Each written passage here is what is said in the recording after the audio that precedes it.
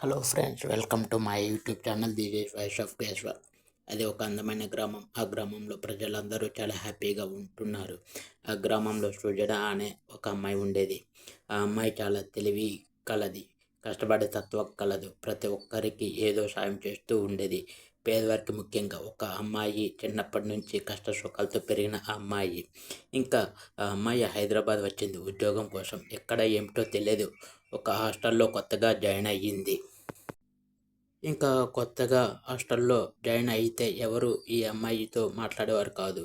ఇంకా ఉద్యోగం కోసమని ప్రతిరోజు ఇంటర్వ్యూలకు వెళ్ళడం, ఆ ఇంటర్వ్యూ ఆ హాస్టల్కు రావడం ఇలా చేస్తూ ఉండేది. ఒకరోజు ఒక ఇంటర్వ్యూలో తను సెలెక్ట్ కాలేదని ఒక కంపెనీ వారు చెప్పారు. ఆ సమయంలో ఈ అమ్మాయి చాలా బాధపడింది. ఎలాగైనా ఉద్యోగం కావాలని ప్రతిరోజు మళ్ళీ ఇంటర్వ్యూలకు వెళ్ళడం మొదలుపెట్టింది. ఒకరోజు ఒక అబ్బాయి ఇంటర్వ్యూలో పరిచయం అయ్యాడు.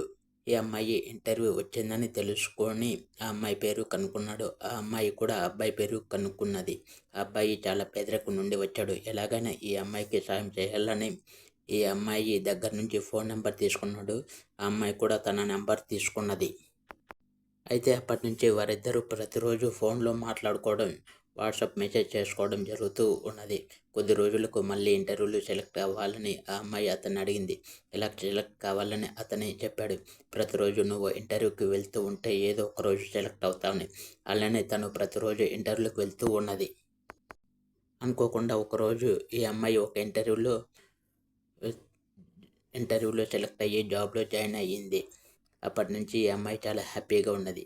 ఈ వీడియో నచ్చితే ఒక లైక్ చేయండి, షేర్ చేయండి. నేను మీ వాయిస్ ఆఫ్ కేశవని. Thank you.